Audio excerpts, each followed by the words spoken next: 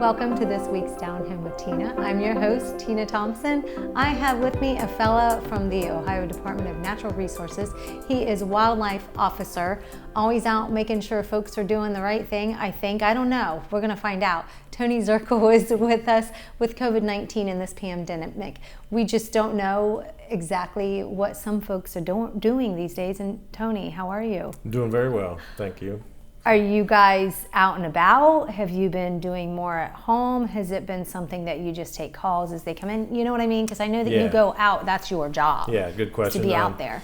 So at the first onset of the stay-at-home order, we did stay home for a couple of weeks, and it was good to get caught up on the office work that you let lag sometimes with all the field work. But after that, for initial 2 weeks, then we were open up to go out and patrol our areas and make a presence, obviously, and let people know we're out there and keep our distance. But if somebody was doing something blatantly wrong or needed assistance, then we could offer that with our protective equipment, of course.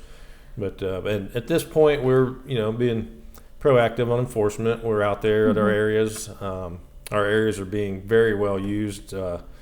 Busiest I've seen them in the 13 years I've been on. So really, yeah, so it's really nice to see people out there enjoying our areas.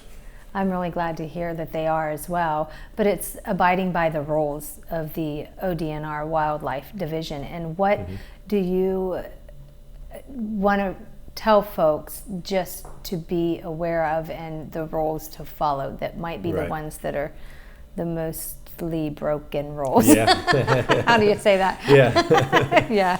The rules most broken. So so historically our number one violation would be fishing without a license. Okay. So to fish in public waters, whether it be public lakes or any stream or river that flows through the state, you would need a fishing license to fish. And the purchase of that fishing license supports management on the areas you're fishing. So the money gets put back into fisheries management. So we do check for compliance on people fishing without a license. My main focus these days is litter. So a lot of trash in our areas. If you show up to our areas, you're going to see trash, and it's unfortunate. So I definitely try to hammer down on the litter bugs out there. Educate, and sometimes citations. And I just have to say, I'm one of those folks that if I see a big piece of paper, then I'm picking it up on my way into whether it's a grocery store or different things like that. You know what I mean? Just because it's just what I do. So I always, sometimes, if I know that I did a fishing derby a couple of years ago, I was making sure I was cleaning up things that were probably there before the fishing derby.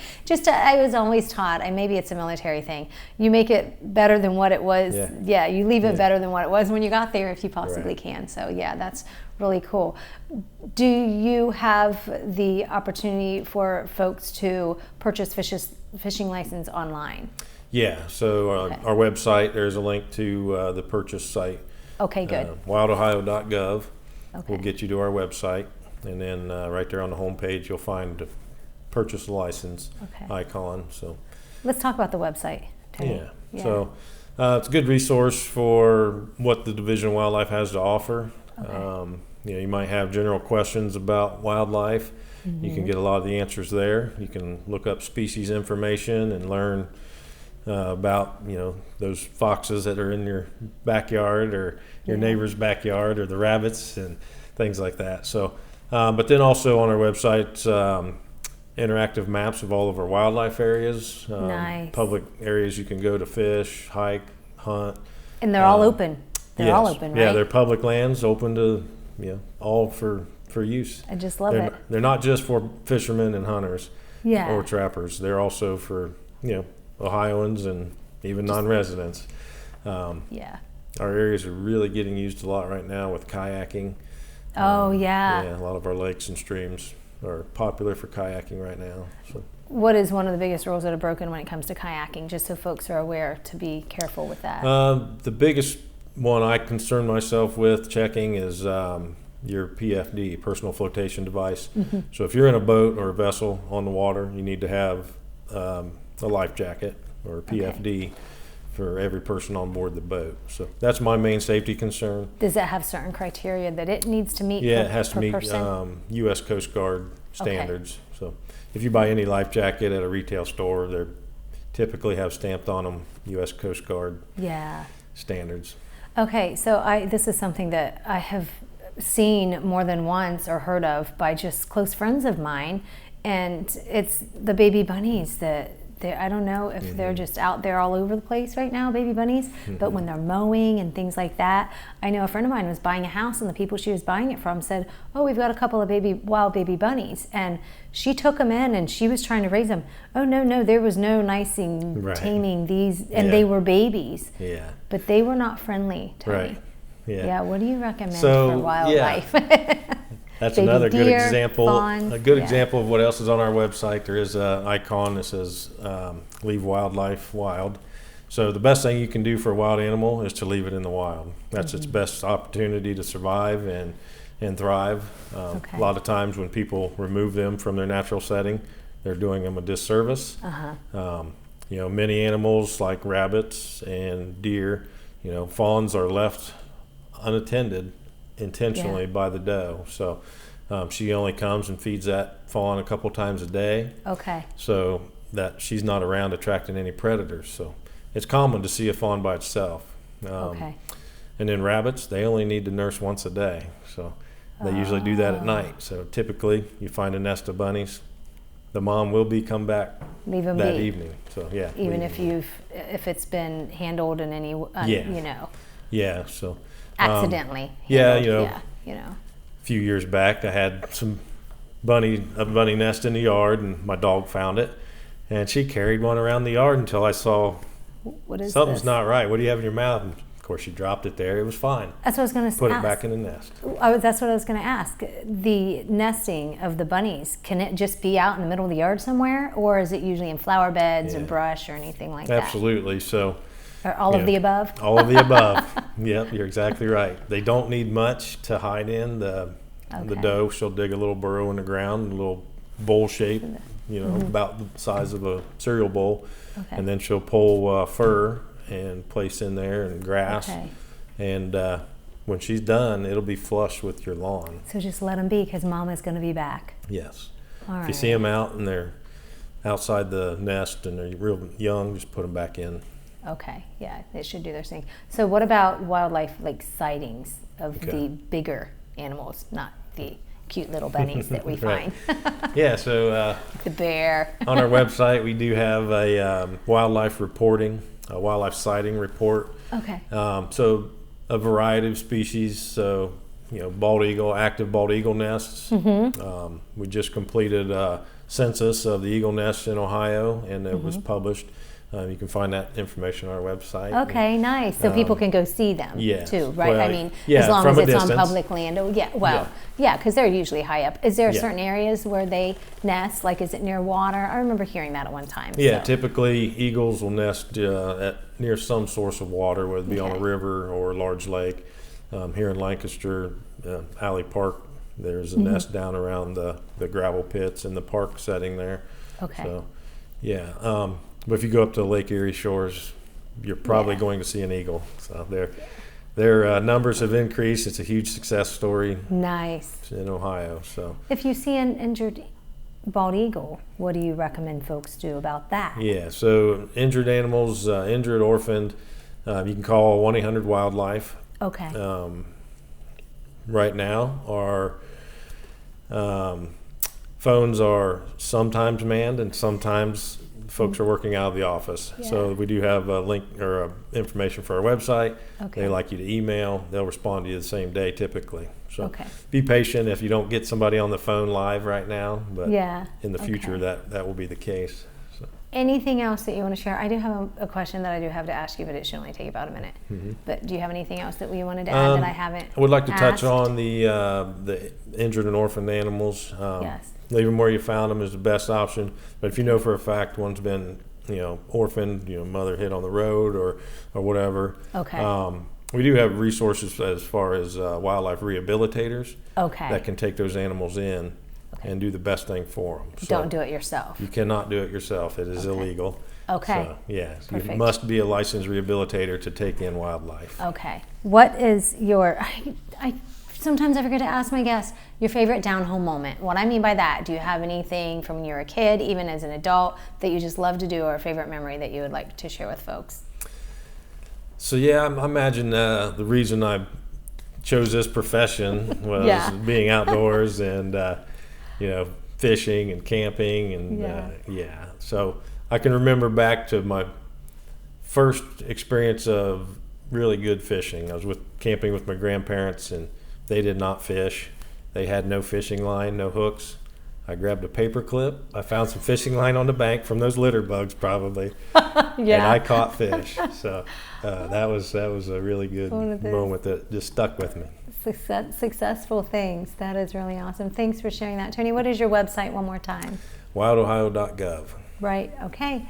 Anybody? I hope that you never get in trouble with Tony, as long as you follow the rules of the Ohio Department of Natural Resources Wildlife Division. Thank you, Tony, so much for coming. You're welcome. And folks, I'm going to be back here in just a minute. It's Down Home with Tina.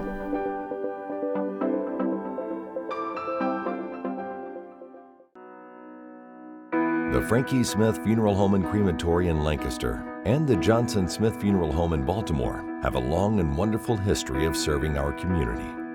Feel free to give us a call at 740-653-0652. Stop in and see us at either of our two locations, 405 North Columbus Street in Lancaster and 207 South Main Street in Baltimore. Respect for tradition, regard for change. Fairfield Federal. When it comes to our customers and our community, we go above and beyond to help. Our people make the difference. We were retiring from Tucson, Arizona, and we made a retirement trip out around Ohio, having decided that's where we wanted to be. And we came across this town called Lancaster, and we fell in love with the downtown area where the fountain is and the memorials and the flags and all this stuff. And we looked around and I said, there's our bank right there. There's something to be said about a community bank in your hometown. Right. If you live in the community, you should do business in the community as much as possible. So it makes sense to bank with the community bank where you live. Fairfield Federal is the bank to be at. If you live in this town, or any town actually, you want to bank at a local home bank. And the employees are happy here, they're conversant, customer service is through the roof.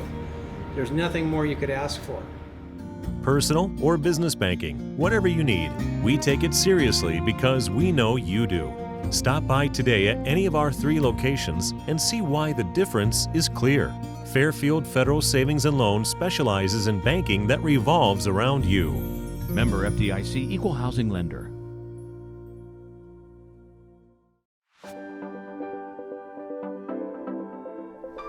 Welcome back to Down Home with Tina.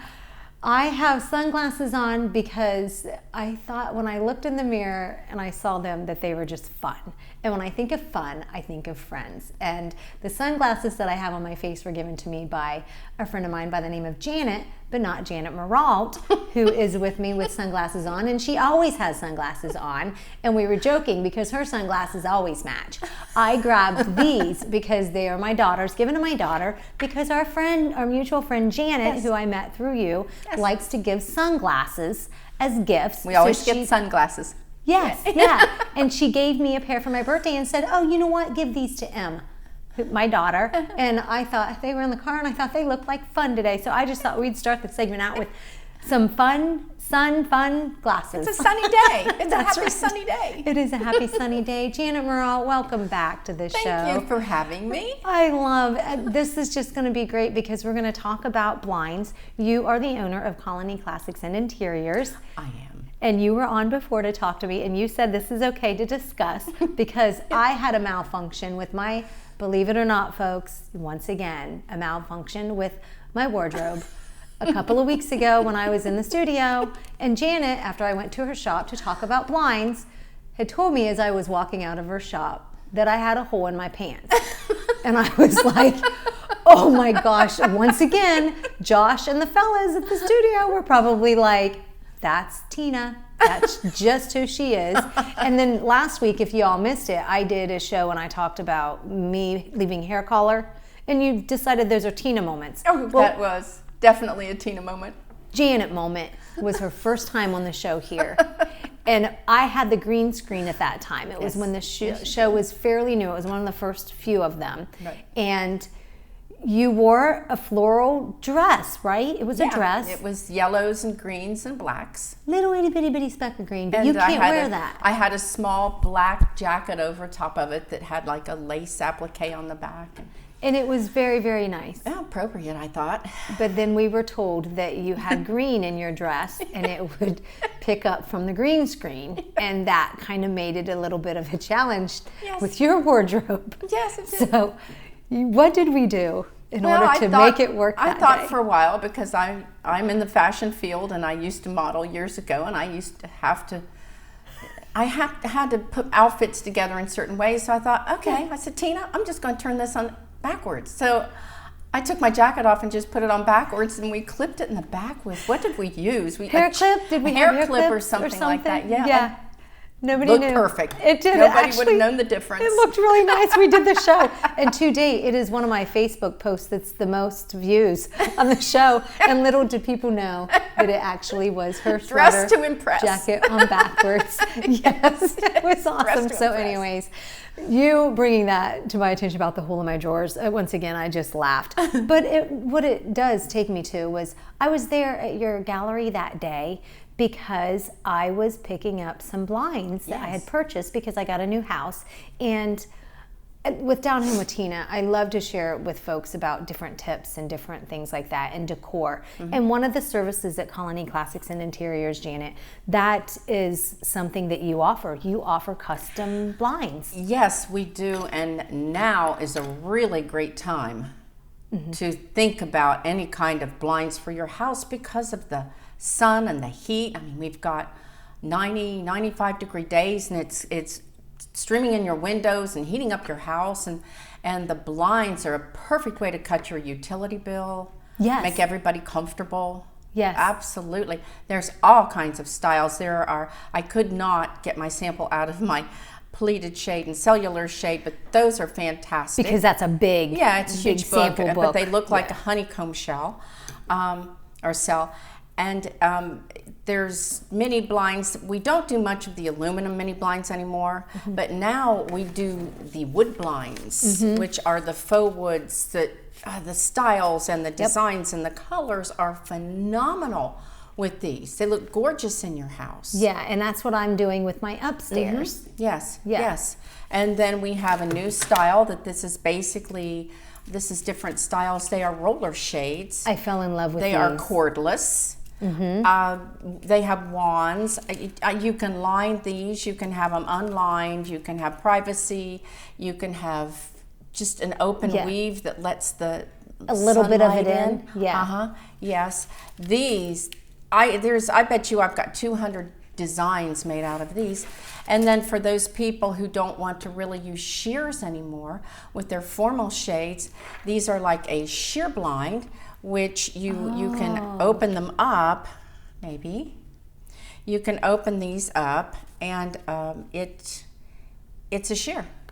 Oh, nice. And it comes in all kinds of colors. Do you have the blinds that also are, that you can add on the back of it to make it liners. Yeah, the blackouts. Blackouts, that's it, yes. You can put blackouts on any of these. Okay. The nice thing about the wood blinds, you can control the degree of light. The bad thing is dusting. You have to dust them. Yes. They have to be dusted. But with these roller shades, you can put blackouts on them. Nice. And it works perfectly. And what we had decided to go with my house is on the first floor, we're doing the roller shades. Yes. Which I'm good with that because and I don't have the blackout. Exactly. Because at night I'm not too worried about. Well, you'll have the privacy it's right with there. those. Yes. You'll definitely have the privacy. Yeah, exactly. Yes. And then upstairs I went with the faux wood. And I'm really, really excited about having those because I don't have all of those on first floor as well. So when it comes to dusting. Yes. No, but yes. What do you think is most important in the front of the house should all of the blinds at least match in color? Well, continuity of color. Continuity of color on the back. You Okay. can do different styles. Like with your house, we did the continuity of the white or Yes. the oyster white. So when you look at your living room and your dining room, the office, that's oyster white, and then you go upstairs to your 2-inch wood and your faux woods, those are also white. But it just, that's a thing that for me, I like to Yeah. look at a house and see a flow. Is it recommended really to have the same color in all of the windows of the house? Or if you want to have different colors for your blinds, at least do the front side of one color? Do you recommend that? It's I know it's a preference. personal preference. Yeah. It's Okay. just some people just don't care. I want Yeah. this here and this here and this here. But the thing about it is, you go out and you look at it from outside, and it looks like a postage stamp when you have these windows all different colors. In my new sunroom, I wanted to use black lace pleated shades, and everybody went, black lace in the windows. No, I don't care. I know what this is going to look like. So I did that. When you walk outside and look, you see nothing. You see absolutely nothing because it's black. Black. Yeah. Yeah, so it's kind of like Like a blackout. it Like, does. Yeah, it it's- does you not can't- interrupt with the rest of my windows. Okay. So yeah, it's personal preference. Now, folks, do they make appointments for the shop? Because I know that you've gone through just as everybody else. Everybody was We're shut still down. being very careful with the coronavirus. A lot of my clients, such as you, I mean, they'll do their own measurements and install their own blinds because, you know, we do have to have an installer install them, and we're being careful right now Yep. with the installer going into homes due to the coronavirus. So I kind of teach them. Yeah. And yeah. I just tell them, this is what you have to look for. You have to measure this way and this way. Yeah, And, and- it's not really that difficult to install your own blind. No, it's not. So let's share with folks the way to measure when they want to get custom blinds and they want to be the ones to measure their windows. If They you may want- look at their house and say, "Oh, they all are the same." Yeah. No. I'm here to tell you. No. Yeah, Windows no. are not, there's no two windows that are standard. Yeah. What's a standard window? No, there isn't a standard window. Yeah. If you're doing an outside mount, you measure trim to trim, woodwork to woodwork On on the the very outside, end. yes. Yeah, woodwork to woodwork, and then you measure woodwork down to the sill. If you measure inside mount, you look to see and make sure you have enough space for the projection of the inside mount to put the size blind you want to use. My installers sometimes have mounted blocks up so people could make it look like an inside mount. I don't like to do that because I don't like to see a space between the blind and the window frame. Correct. Yes. Yes. Well, I have to share my little hanging blind tip. Yes, of course, like I just said, of doing the measuring, I know that I had to measure every single window.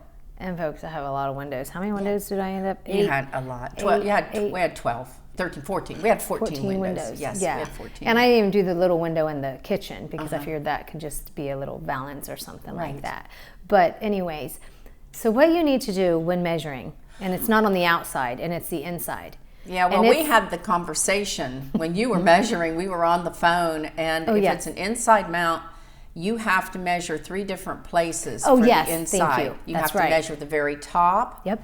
the very middle, and the very bottom, and then take your smallest measurement. Yeah, because that also can be different, as we know. Oh, absolutely. They're not, windows aren't true. No, yeah. So, and especially my home is a home that was built in the late 1800s Yes, and sure. remodeled recently, Yes, but the windows are still, because of those, they were, I'm sure, custom Exactly. made windows. And to I be know put in people there. who have ordered blinds before. Now I'll measure. No, I'll come out and measure. Now I can measure, and then the blind won't fit because it's 1/8 of an inch off. And that matters. Oh, it in definitely a huge matters. way. And So it- the blinds that I went with, they had to where the blind itself was in the back, but it had like the top of it laid over. What Had is that? valance. Is a valance. Okay, You yeah, had a valance. valance. It's a valance Mhm. blind. Yes. Okay, and so with that, if I wanted to make sure that my window was flush with that valance, I had to measure when it came to hanging. Mm-hmm. I had to measure from the outside in, Back not from in, the out, back because into your projection. once again, the depth of windows That- are yeah. different in my house. That's called and your I return. learned that the hard way, but I learned it and I got it figured out. Yes. 3 hours, 3 blinds. I learned it. 5 phone calls. That's right. Looking for the right tools because the screw wouldn't go in, it wouldn't drill in. I needed a drill bit to get. Oh my goodness, Janet, it was. But you have professionals that actually will do. Yes, I have installers right now. Like I said, we're kind of on hold. Okay, you're still on hold with that. We're still not going in homes. But if I can do it, anybody can do it. Pretty much. I did mine. I did a 99-inch cellular shade by myself. And it really wasn't that difficult, and I was surprised I could do it. But, it is. There's instructions for people that want to do it themselves. That's right, yeah. So you can figure that out. Janet is going to come back in just a couple of minutes because I'm going to ask her favorite down home moment. She is the owner of Colony Classics and Interiors. We're going to find out more in just a second. You're watching Down Home with Tina. Hi, I'm Amanda Wattenberg, Regional Director at Ohio Guidestone. Do you or does someone you know have a substance abuse disorder? Have you been thinking about getting help, but don't know where to start? It takes a lot of courage to ask for help, but it's the most important step you can take. If you think you know everything that's available in Fairfield County, think again. Like other chronic diseases, addiction can be managed successfully. Treatment enables people to counteract addiction's powerful, disruptive effects on the brain's behavior and regain control of their lives. Even if it takes multiple attempts, treatment does work and people do recover from addiction every day. So keep trying because your life matters. You matter, and we're here to help. Call 211 and ask for the treatment resources available right here in Fairfield County. This message is brought to you by the Fairfield County Adam H. Board. Dagger Law has been part of the Lancaster community for more than 110 years. This is where we live and work. You'll see us at festivals, sporting events, and all around town. We consider our clients as friends, and we walk alongside you through challenging times. Whether you're a growing business, a changing family, facing litigation, planning your future, or dealing with land issues, we're right here. We are local. We are trusted. We are experienced. Dagger Law.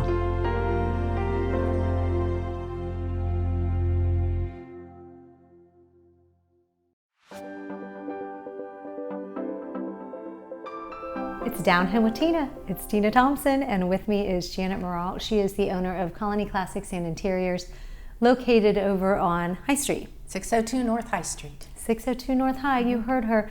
What is your hours right now, Janet? Right now, we are open Monday by appointment, Tuesday through Saturday, 12 p.m. to 4 p.m. Okay, yep, and you have a website. colonyclassics.com. And you sell furniture, home decor, all kinds of different things in the gallery. Yeah, you'll find us on Facebook also, Colony Classics and Interiors. I specialize in custom period furniture. I do all kinds of furniture. Yeah. It's not just like a primitive traditional. I can do traditional, I can do contemporary, but we just specialize in that line. Local and across the country. Across the country. Yep. And out of the country. And out of the country as well. When there is the virus. Yeah. It's kind of held some things up. But you're back on schedule with that. Not for the yet. most part, getting there. Yeah, we're getting there. Yeah. It's been a long 3 months. And I love her candles. Blueberry, what is it? Blueberry something, muffins, pie, Blueberry something. muffin. It's a muffin, that I have in my house, and I can't get enough. I called her up. I said, you've got to order these and keep them in stock because I'm just buttered maple all the time. syrup and cinnamon roll and a lot of great things. Your favorite down home moment before we get out of here? Oh, being with my family when my mom and dad were alive and helping them with their business. Yep. They taught me everything I know about business, so I worked in theirs, and I wish my daddy could have seen me, but Mom helped out, and here I am 35, almost 36 years later. He's looking down, and he's a smiling, Miss Janet. Yes. Thank you so much for being with me. Thank you for having me. Thank you for those sponsors that I have here with Down Home with Tina. Blessings to them, blessings to you. I hope you have a great week. God bless. Good day.